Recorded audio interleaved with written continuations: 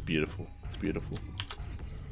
And speaking of beautiful, here we go. As spawning in the top right-hand corner of Oxide LE, we have the Peruvian Protoss player, the best Protoss player in all of the land of Peru, representing Team Unidos por el Vicio. It is XionS.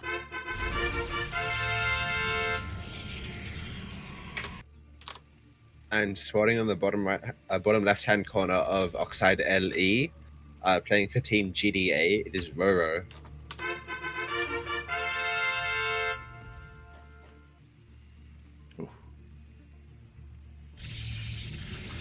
Oh boy, oh boy. And you said that you've been struggling a little bit in this matchup? Well, not so much struggling, but like the specific timings. Like there's a tank Widowman push that is pretty strong. Ooh, double gas. Ooh. Okay, okay. Interesting. Now, I didn't catch it, but if XionS put his pylon down at 12, then this could very possibly be Proxy Void Ray. Okay, Yeah, okay. he's pulling into gas. I mean, we have... Okay, here we go. The probe, it's ready. It's ready to throw down a pylon. And RoRrO is opening Marine Expand and double gas, so this is the best possible, I guess, blind counter if you don't know it's coming, because the Marine, of course, shoots up and you get your factory faster. And yeah. So once he gets to the natural and sees the lack of an expansion, he'll know something's up. This is also a really interesting position for the proxy because RoRrO is looking for it, and where he's checking is like the more standard location, right? Where you have the void rays, then you also have the shield batteries being thrown down. So far XionS has been able to avoid like being scattered, but RoRrO is aware that there is a proxy out there. Yeah, and E-Blade blocking the natural, that's a nice touch. Oh boy, oh boy. Oh, interesting. XionS is going for a Stalker instead of an Adept. I guess this is a variant, because usually you make a Zealot and then you make an Adept, and because you don't have the gas. But this is hitting a little bit later, but he'll have the Stalkers to help push instead of the slightly weaker Adept. We'll see if it pays out for him, because the Void Ray is on the way, and as you said, like because of the opener of RoRrO, because I imagine he knows the kind of player that XionS is. Like he's already got the factory, the Cyclone is going to be out, he's working towards that Viking. He does have a little bit of a supply block, but it's not the biggest of deals. Like he has a decent amount of anti-air already. Although, I do wonder, because he hasn't made any safety bunkers, I wonder how confident he feels. Oh god. Oh no, XionS, please. No! This is about the worst possible scenario for XionS. he lost the Void Ray. The Void Ray and 2 Stalkers to kill 1 Cyclone. Yeah.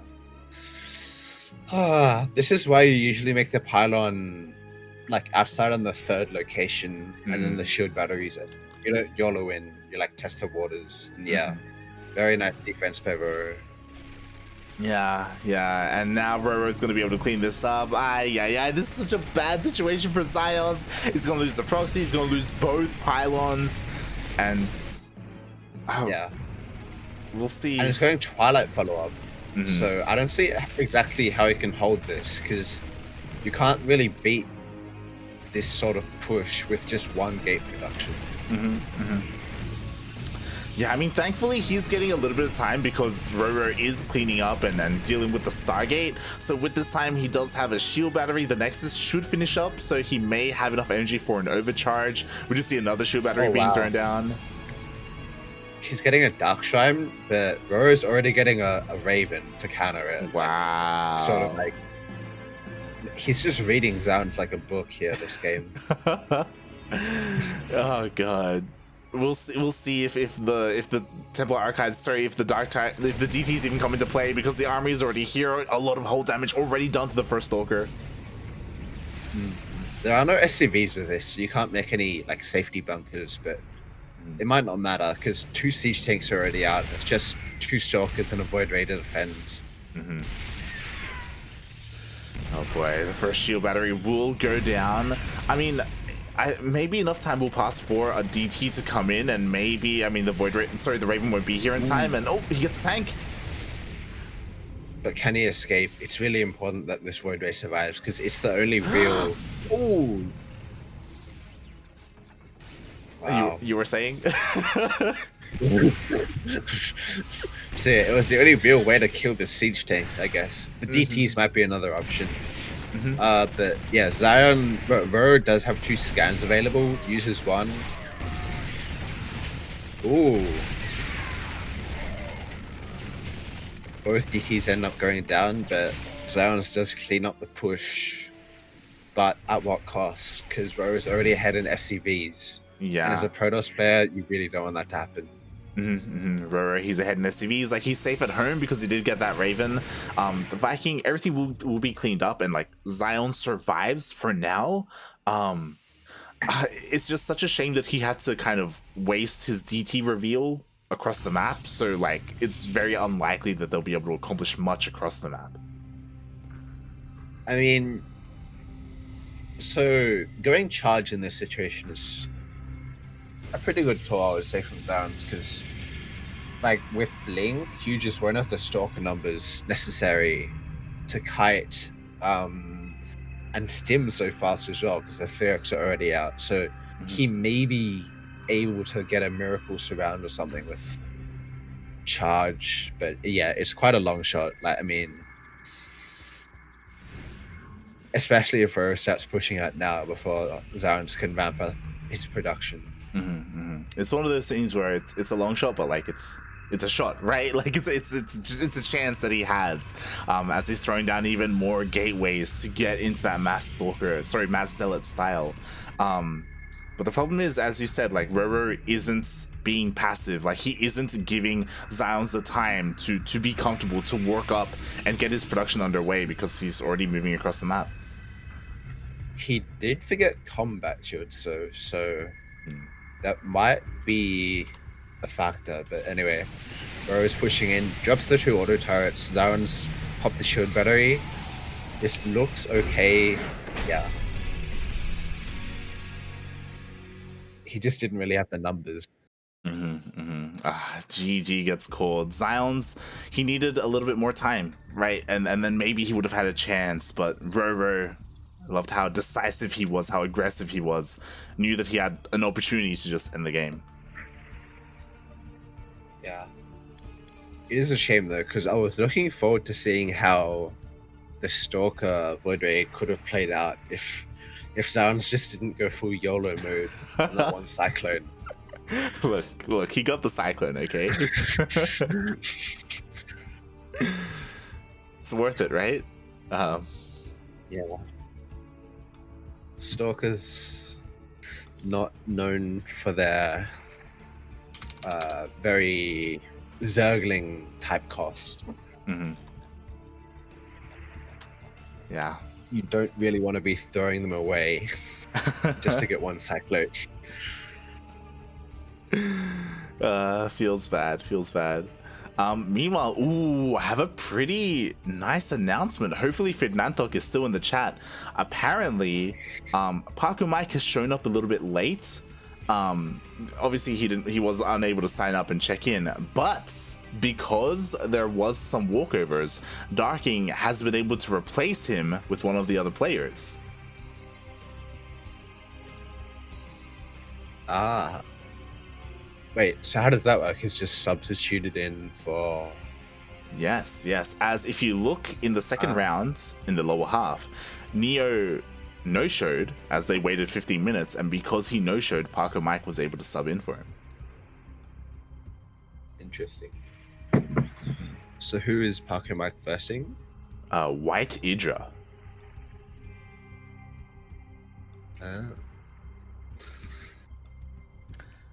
which is a little bit scary. White Asia has taken maps off of Paco Mike before. Have you laddered and faced White Asia before? I have not. Okay. White Asia, he's a Mexican Terran player, and he is very cheesy, incredibly cheesy.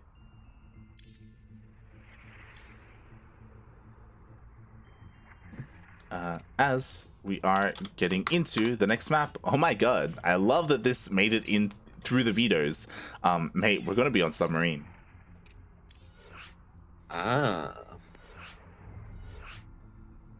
So is this perhaps a nod to the sort of build XionS is going to throw out? Maybe something more aggressive, taking advantage of the short rush distance.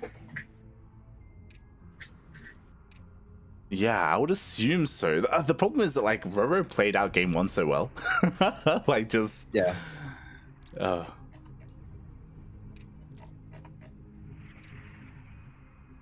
it's gonna be really difficult to sneak something past him. Yeah.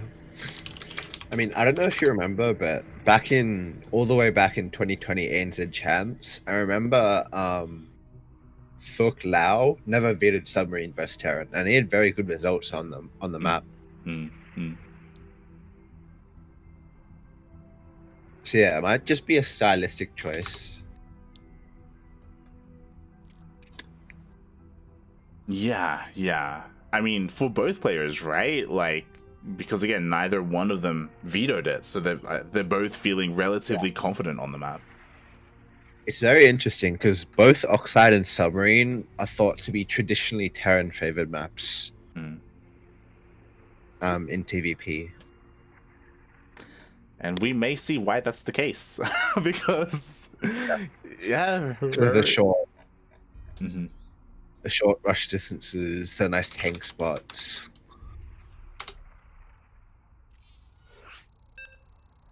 Yeah, it can be quite rough. I know I myself, I don't enjoy submarine because of that. It's a lot of pressure can be applied quite quickly. But we'll see if XionS has something special in store for us here.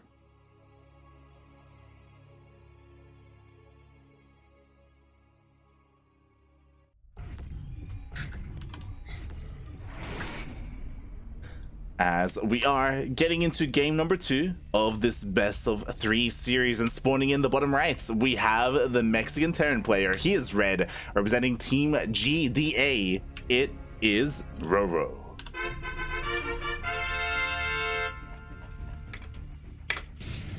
And spawning on the top right-hand side of Submarine LE, currently down 1 in the series, it is XionS. I'm not sure how to pronounce his clan.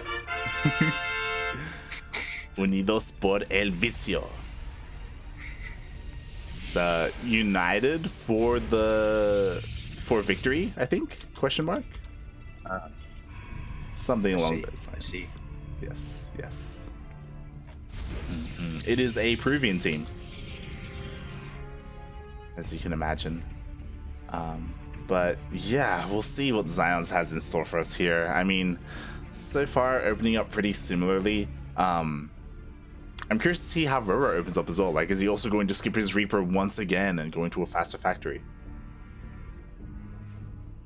Yeah. I mean, he is opening up the same double gas, so that looks quite likely. Now, we'll have to see how the build matches up versus a more standard opening, because this time XionS isn't going for the double gas. Looks like he's just playing a standard Cybercore first build.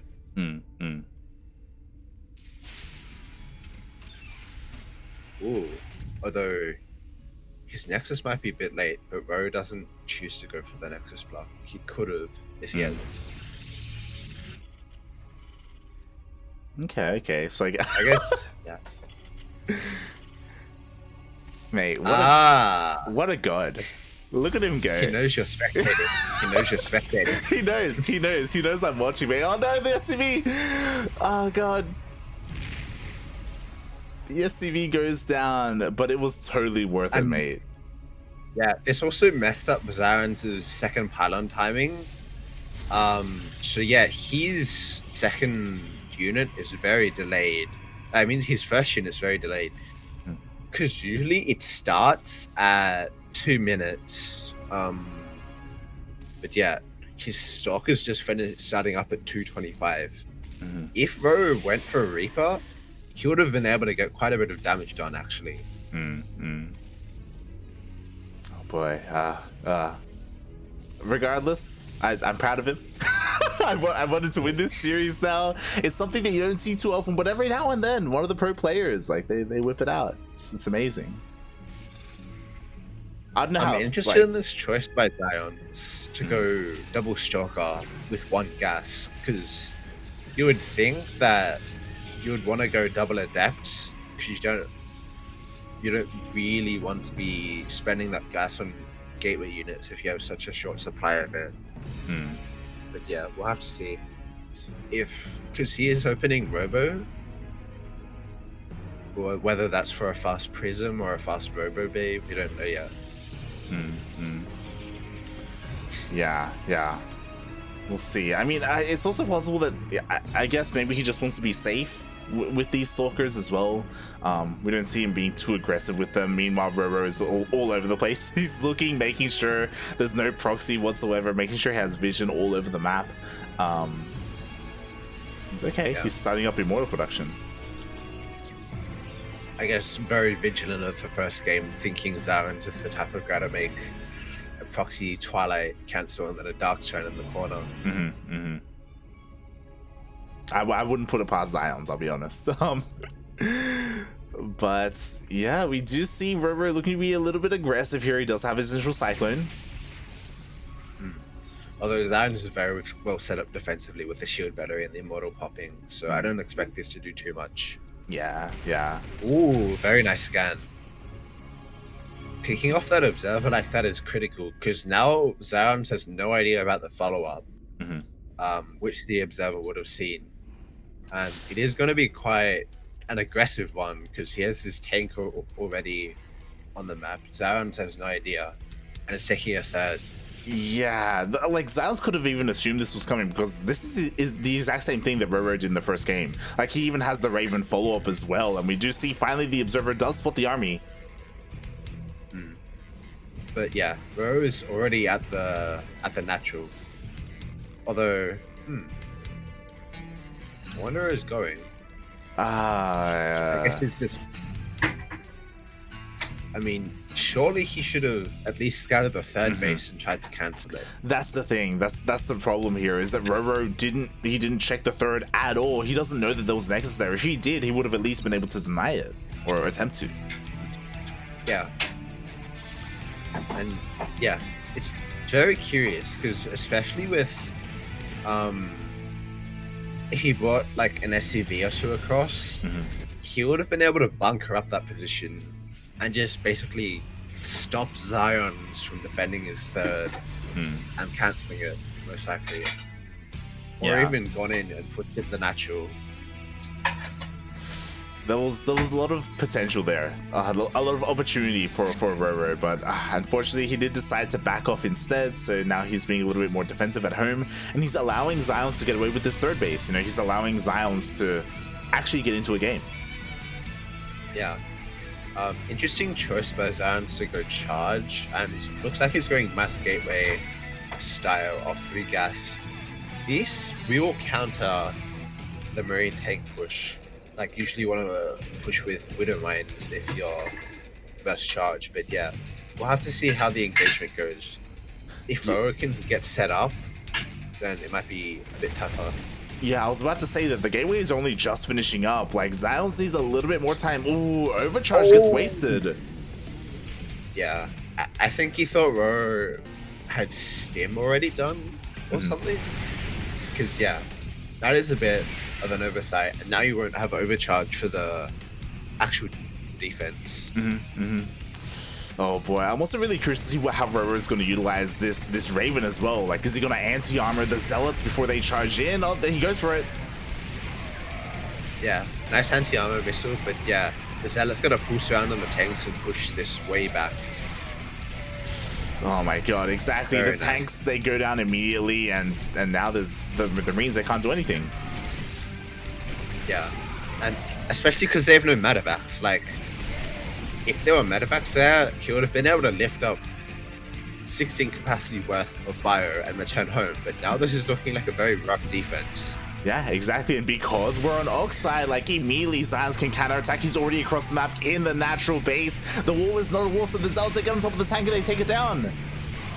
Yeah, Zealots to the mineral line as well. This looks like a very nice counterattack by XionS, crippling RoRrO's eco. G. Single G gets called as XionS ties up the series.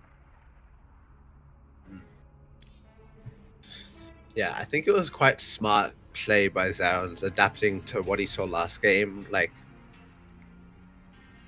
mass charge lock is the counter to tank pushes, period. Like, if you don't have bunkers set up to deny their pathing, or a Widow Mine or two to splash damage, because the tanks just, they can't fire if the Zealots are on top of them.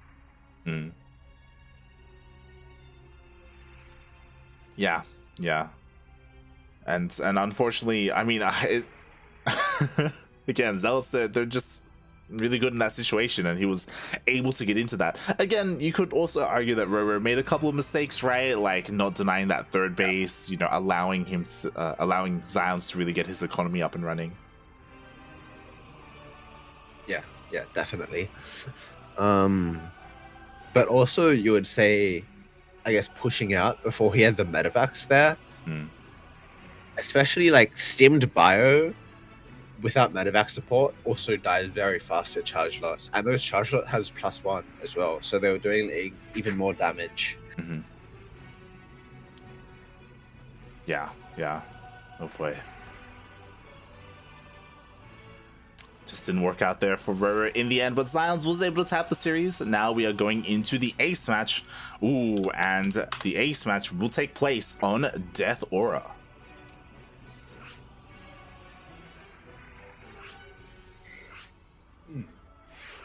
Interesting. Now, is XionS the type of guy to cannon rush? Given that it is Death Aura. I want to say yes, but I don't think he is, unfortunately. I don't think he's that kind of player, but I would be happy to be proved wrong. I mean, it is West Terran as well, so... True.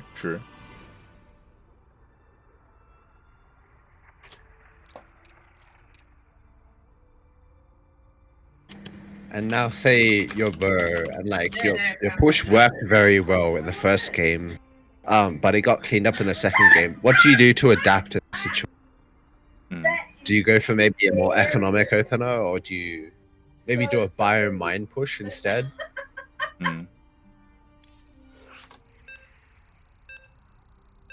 Yeah, it's kind of hard to say, especially because for game 1 and game 2, RoRrO has kind of gone for the same builds, and it's possible that that just may be his go-to.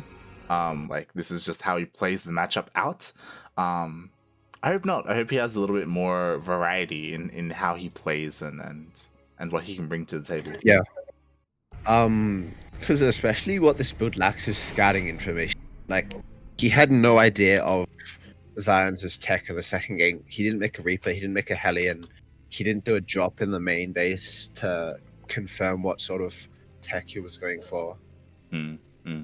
Exactly. And speaking of, here we have him. We have the Mexican Terran player. He is red, representing Team GDA, tied up 1-1 in this best of 3 series. It is RoRrO.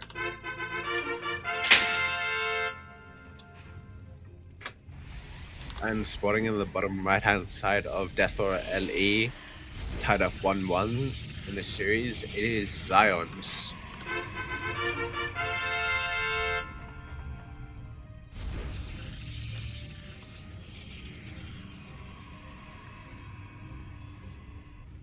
Oh boy.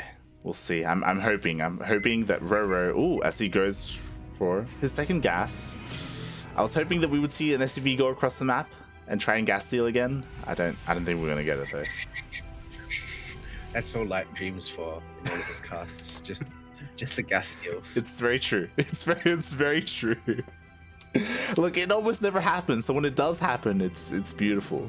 It's amazing. Yeah. Mm-hmm. Although, yeah. XionS is going for Cybercore first again. It's interesting that he goes for 21 Nexus, because the standard build is 20 Nexus, and that might have contributed to his supply block in the first game. Yeah. He's going for it! 2 games in a row. Wow. Oh my god, don't lose the series, please. Oh god, like, especially because, like, I mean, you can give some insight, I guess, like, how does this really affect Protoss? Because obviously Protoss really wants their gases, and this affects them more than any other of the 3 races. Yeah. I have to say, I think it's very possible to be played around. I think you can just go for an opener that is more depth heavy, and you sort of have the gas, because yeah, this is sort of playing out identically. XionS is going for the Stalker Robo. This might just be his standard. I don't think it's the best response to this. Okay. Interesting. So yeah, like, going for like less gas intensive units earlier on, so it doesn't really affect like your higher tech gas units. I think that makes a lot of sense. And in the end, XionS, he does take his gas at his natural, but yeah. I'm not sure if XionS is watching, but he did see the Widowmine go off, so he knows that is in fact a different opening to last game. Looks like Bro is going for a 3 Widowmine drop potentially, instead of his Cyclone play in the second game.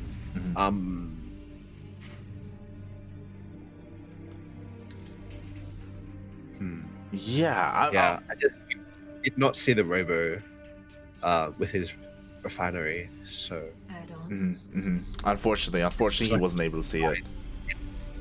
But anyway, this might just be a blind counter to what XionS was doing, because like in the second game, because usually versus mine drops, you either want to be playing Phoenix or you want to be playing Blink Stalkers. But interesting, XionS gets a cannon, 2 cannons in the middle line.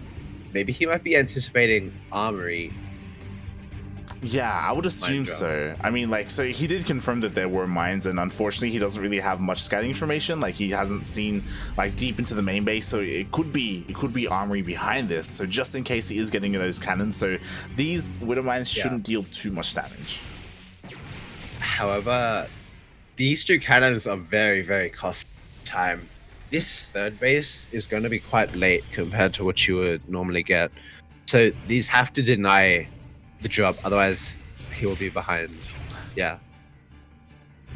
Oh, and so fast. Oh god, does he notice? Ooh, that was a quite nice hit. 4 probes go down. Even if he's probe pulling, but somehow that still got 4 probes. Doesn't save it. Yeah, RoRrO, he was so close, he wanted to save it, but unfortunately one of the Widow mines does go down. He still has 1, so at any moment he could like try to dive into the natural and burrow again. XionS, he has to be ultra, like, he has to make sure he keeps an eye on his minimap and make sure he's there when the Widow mine comes back in. Yeah. Taking the triangular third, this is interesting. It's a bit less safe versus sort of drop player Terrans can do, because they can abuse the fact by jumping between the triangular third and the main. But potentially it might throw Bro off guard. Like if he scouts the standard third and sees something there, he might think that he's all-inning him. Yeah, a lot of it kind of depends on this drop as well, because this drop could provide some scouting information if it's able to escape. We'll see. What I'm a little bit concerned about is that he's going into tank play once again. Like, he's not committing to like a more Widowmine heavy composition, and XionS is still going for that +1 charge load. Yeah. It's quite interesting because XionS is going for basically a very safe but not economical opener. Mm. This would be countered by 3cc quite hard. Like Terran would get a massive supply advantage around the 130 mark. Ooh. Oh boy, Ouch. oh boy. Regardless, these Widow Mines have been doing a lot of, I say Widow Mines, these two Widow Mines have been dealing a lot of damage. 7 more go down. Yeah. XionS really has to get a nice clean up here, otherwise he'll be completely out of the game. Oh boy, we'll see as all the gateways are starting to kick in, but XionS doesn't have a lot of minerals to warp in. Once again, a premature overcharge. Yeah. Oh man. Why, like, Bro, he seems to be committed to this idea of pushing without medevacs. His bow is currently sitting on a healthy shade of yellow, but maybe not so healthy if he sims again. Yeah, exactly. Like this bio, like with that stim, he hurt himself so much. Meanwhile, we do have a drop that is looking to get into the main base. It was spotted by the observer. Yeah, XionS is warping in, although it doesn't have Blink to deny it. RoRrO will be able to get a nice trade-off and get out of there. And yeah, if he had medevacs with this army, he would have been able to push in. But without medevacs, you just can't engage because the bio gets weak so quickly. Thankfully, the main army is meeting up with a couple more medevacs, so he will be able to, you know, finally stim a little bit more freely. Yeah. And with this, he'll finally be able to push in. The problem is that it feels like enough time has passed where Overcharge will be off of cooldown, so it'll be available again, and we have plenty more like warp-ins available. Yeah. Well, the big problem for XionS is that holding this base against this sort of push is much harder than the standard third, because you have to go past your nexus, so it creates sort of a choke point. Yeah. Nice anti-armor missile to start the fight off. 2 auto turrets get dropped. Should RoRrO gets popped. Let's see if he targets it down. No. Oh, he does not. But again, with that anti-armor missile, it may be enough for RoRrO to take this out. Oh god, the Zealots are too good, mate. Yeah. Although, what RoRrO did well in this push was he did the multi-prop. And this again forced extra mining time to be lost at a time where XionS really needs to be mining all he can for Zealot warp-ins.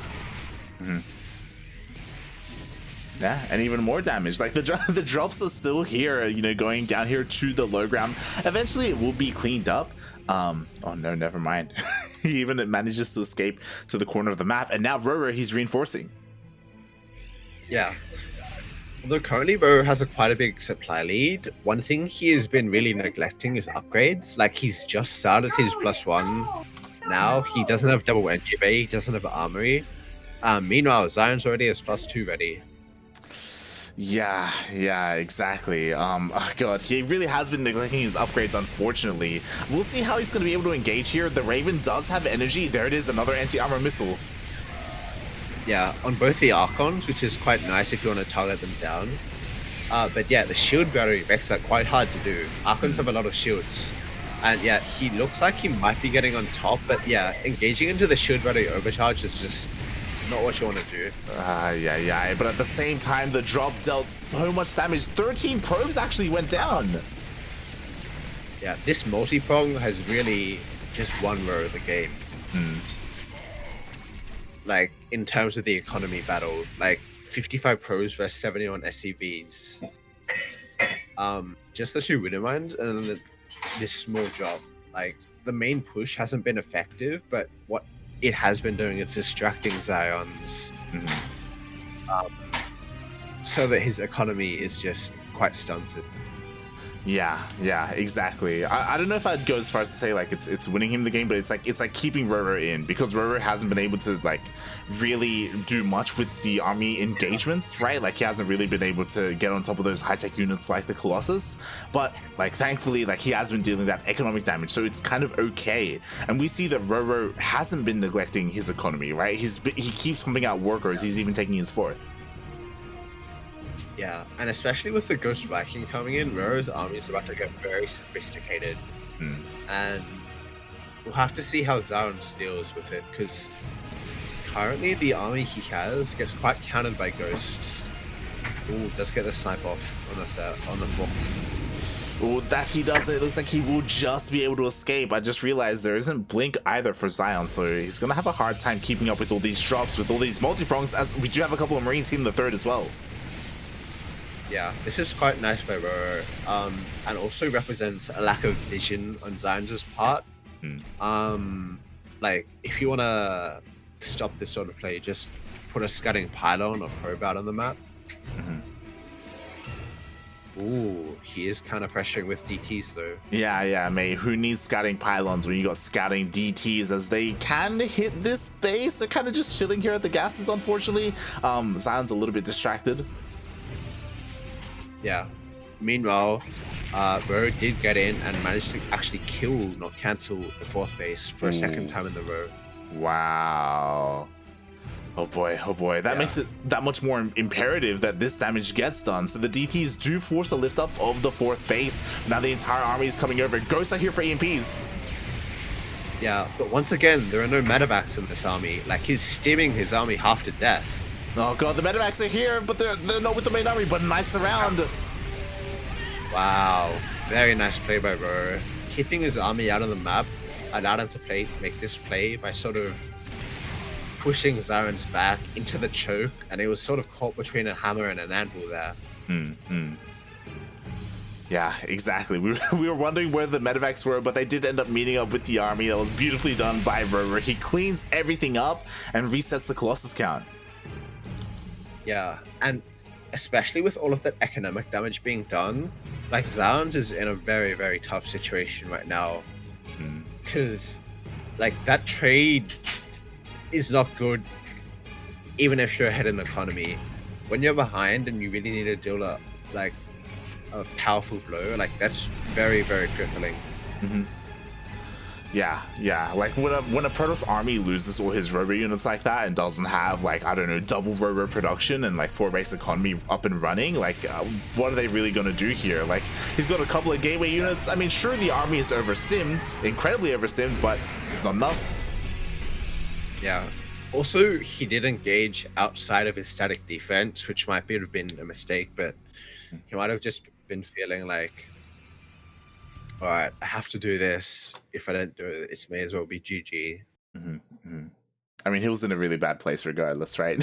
Yeah, very nice, consistent economic damage by RoRrO. GG. Well played, as RoRrO does 2-1 Zions, does knock him out of the tournament and moves on to the next round.